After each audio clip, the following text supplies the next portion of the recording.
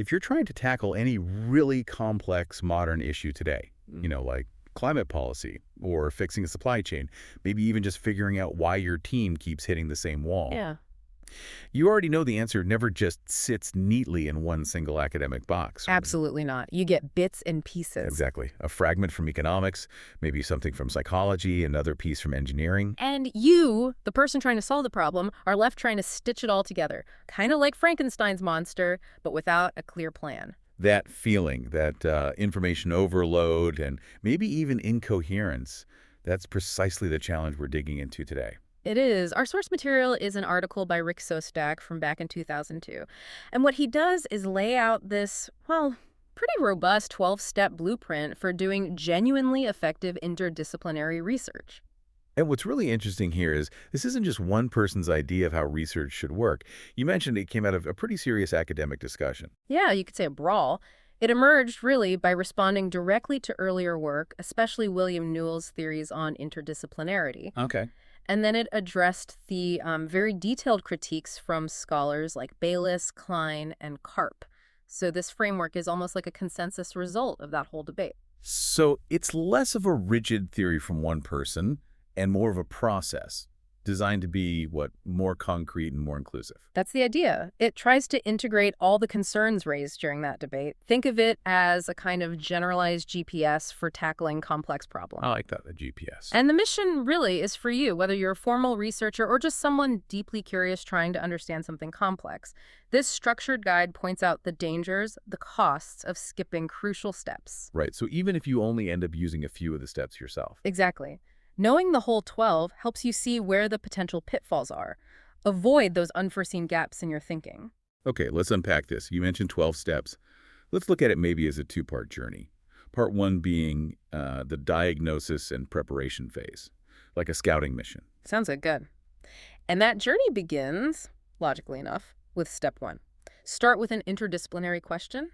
Seems obvious, maybe. You'd think so, but I guess there's a nuance here. I always just thought an interdisciplinary question was, a really hard one. Hey, yeah. Well, there was some initial disagreement in the field about this. Newell, for instance, suggested it had to be a question about specifically complex systems, things so layered they defy traditional analysis. Okay. But the critics pushed back. They argued that was maybe too narrow. They felt any question that simply requires insights from more than one discipline should qualify. Gotcha. So if we're trying to figure out why, say, my local city is struggling to reduce homelessness, that definitely needs sociology, psychology, public health, urban planning. Absolutely. That qualifies, and that question then guides everything that comes next. Which brings us to step two. Identify key phenomena. Right.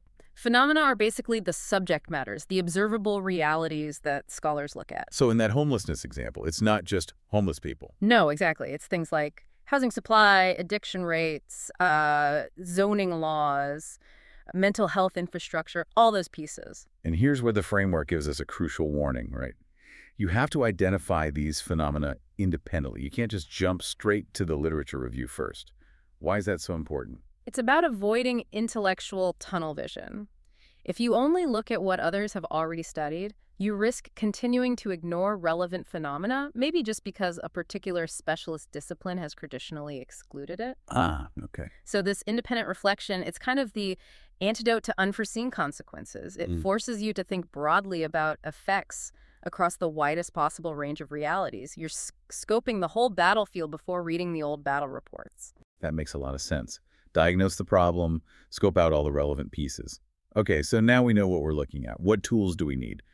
Step three, ascertain relevant theories and methods. This step really demands intellectual openness. You need to be willing to look at theories, methods, and phenomena from multiple disciplines. And there's a connection there, right, between theories and methods. Definitely. There's a complementarity.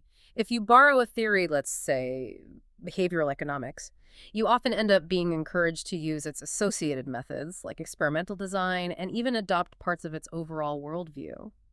So why is knowing about different methods so critical for someone trying to be interdisciplinary? Because relying too heavily on just one or two methods, maybe only doing statistical modeling, for example, tends to bias your results towards a certain type of theory. Right. Szostak actually identifies about a dozen different scientific methods, and the interdisciplinarian really benefits from knowing the strengths and weaknesses of, well, ideally all of them. That breadth actively fights against methodological bias. Okay, so we've done our initial thinking. Now we get to the reading. Step 4, perform a detailed literature survey. Now's the time. And the goal here is to find out what theories, methods, phenomena, and importantly, results previous research has actually covered. And you mentioned a big challenge here. Oh, yeah. The absolute biggest operational hurdle is often semantic difficulties. Different fields might use completely different words for the exact same concept or process. Can you give an example? Because that sounds like it could be a huge time sink. Sure. Imagine researchers talking about collective action problems. An economist might call that a public goods dilemma. Or A political scientist might call it a governance failure. A sociologist may be a social trap. wow. If you only search using the jargon of one field, you miss huge, relevant bodies of work in others. You really have to investigate the terminology across all the relevant disciplines. Okay. And don't forget non-scholarly literature too, policy reports, white papers, those can hold really important insights. That definitely rings true, even thinking about corporate jargon.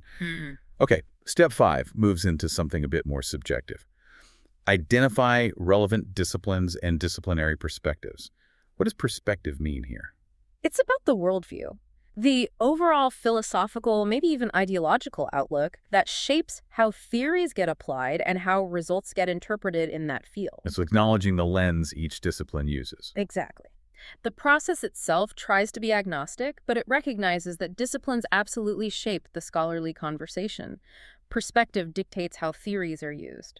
But here's a really interesting twist for the learner. This framework suggests that disciplines themselves can actually be subjected to empirical investigation for coherence.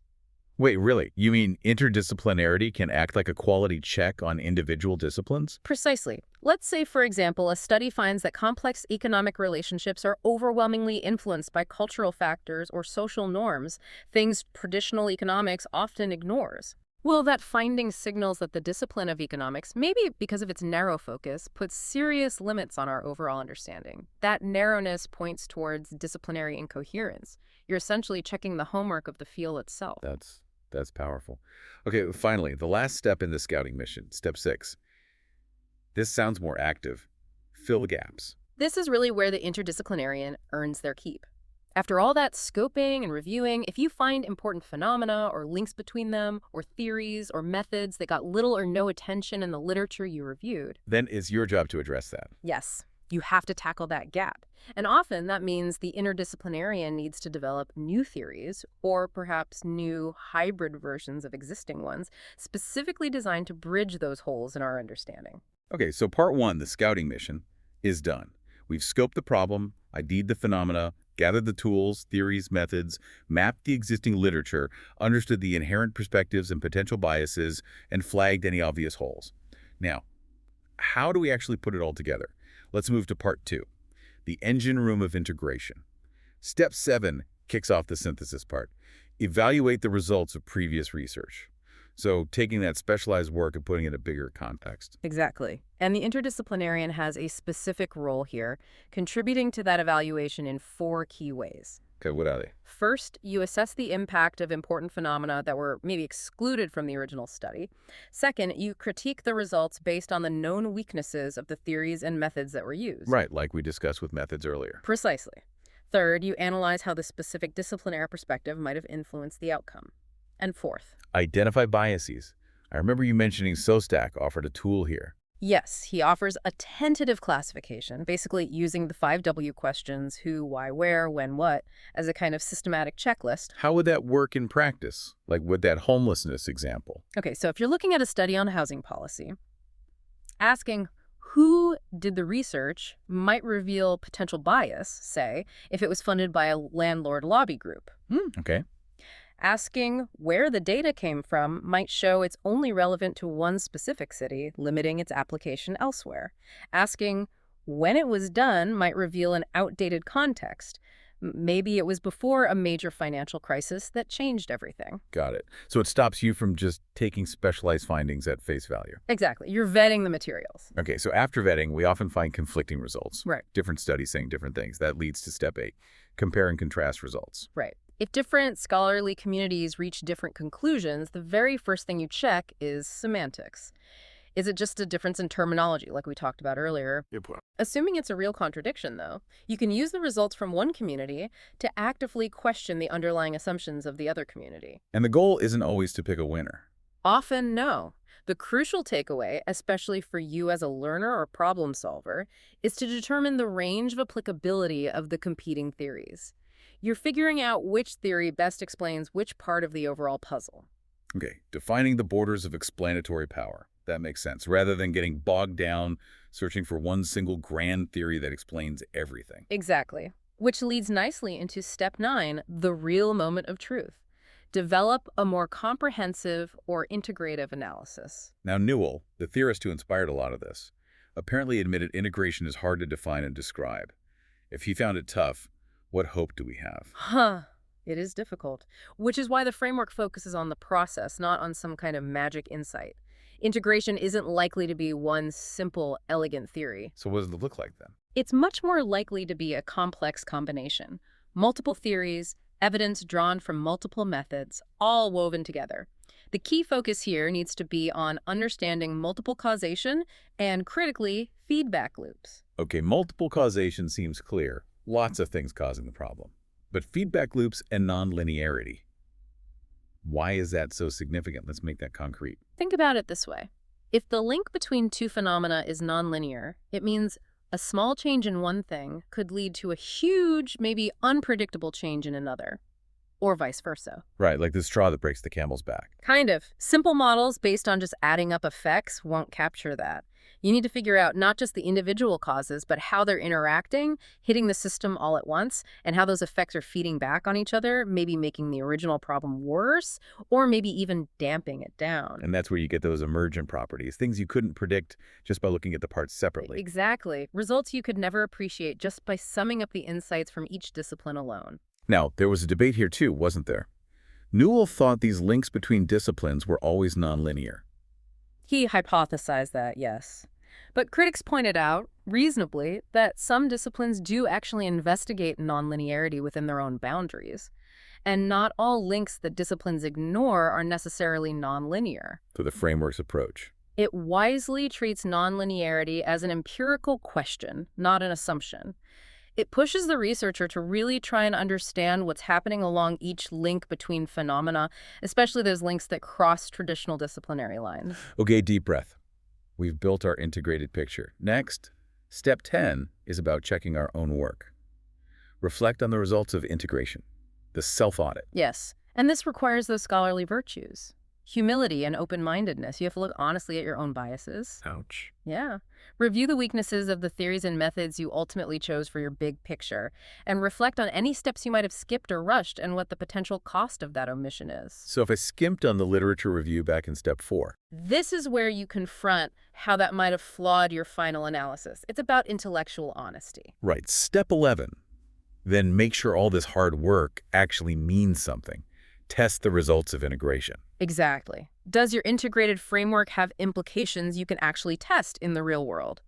Can it be applied to suggest better solutions for that original question, like the homelessness problem? So connecting it back to reality. Yes. Interdisciplinary research promises better solutions, but that promise is only fulfilled if the results can be rigorously tested and applied effectively. And finally, step 12, which is crucial but sometimes overlooked. Communicate the results. Absolutely vital. You need to be able to talk to both a general interdisciplinary audience and back to the relevant specialist disciplinary audiences so they can actually use your findings. And probably the wider public, too. Definitely. Clarity of terminology, avoiding unnecessary jargon that's critical if you want policymakers or the public to understand the solution you've hopefully developed. If you've solved the puzzle, you need to make sure everyone can see the picture. Okay, we've walked through the whole 12-step journey. So we can define interdisciplinarity now, maybe not just as mixing disciplines, but integrating across, what were the 4 areas again? Across phenomena, theories, methods, and perspectives. all while actively trying to identify and account for various biases. That's a much richer definition. It is. And the key insight here is that while interdisciplinary work does sacrifice some depth to gain that necessary breadth, Which is always the trade-off. it is, but it still must be held to its own clear set of standards. It needs specified theories, specified methods, real evidence. The real value of a comprehensive framework like this 12-step process is that it makes those standards visible. Right. It allows you to see clearly what the costs are if you omit a step or don't do it well. Precisely. So this framework, it's really more than just an academic exercise. It gives you categories, classifications that help you spot your own blind spots, those gaps in how you understand any complicated topic. Well put. So maybe think about a complex problem you're facing right now. Could be at work, in your community, maybe even personal. What key phenomena or theories or methods have you maybe unconsciously excluded just because they fall outside your usual comfort zone or area of expertise? Just identifying those potential omissions, maybe even before you dive deep into finding solutions, that could be the very first step towards a genuinely integrated and maybe much more effective insight.